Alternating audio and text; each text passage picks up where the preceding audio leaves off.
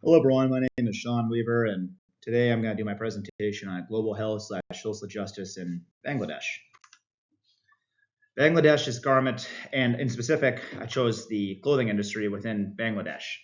And Bangladesh is essentially one of the world's largest clothing producers, and billions of the workers are women and who depend on the clothing industry for income. And despite the economic benefits, workers continue to face unsafe work conditions, low wages, and health risks. And I chose this topic because I actually work with someone who's from Bangladesh. And after hearing about some of the problems that are going on in his country and then this presentation, I thought, I guess I'll talk about it on this presentation. So that was the motivation for it. Okay, cool. So unsafe working conditions in Bangladesh's clothing industry. The clothing industry is a major part of Bangladesh's overall GDP and employs millions of workers. And again, women make up the majority of these workers in order to support themselves and their families.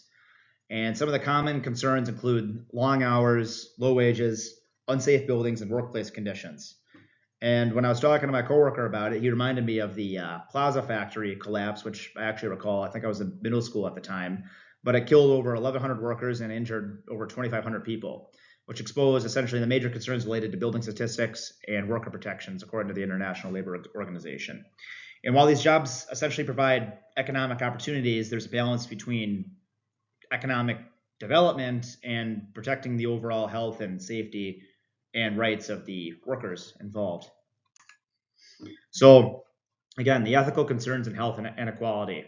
So the factories there are quite unsafe, and again, many of the workers demand safer working conditions, but they cannot capitalize on that for fear of losing their employment.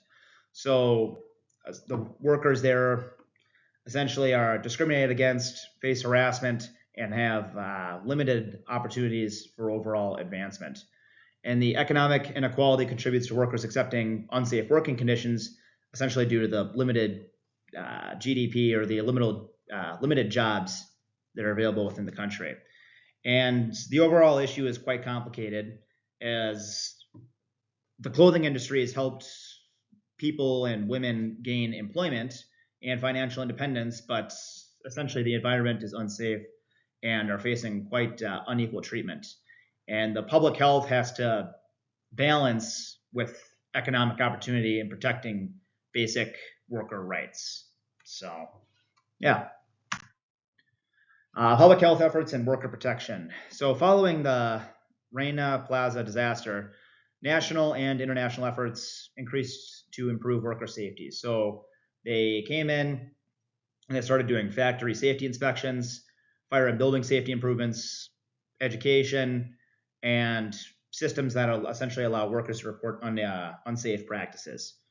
So, yeah, also the International Labor Organization have essentially got involved with the country to improve the occupational safety and labor protections and working conditions, or the ILO did that, and said while the problem has not completely been solved, there has been progress, and improvements in workplace safety show how public health is not only about disease prevention, but rather about creating safer work environments and overall environments where people can live and work.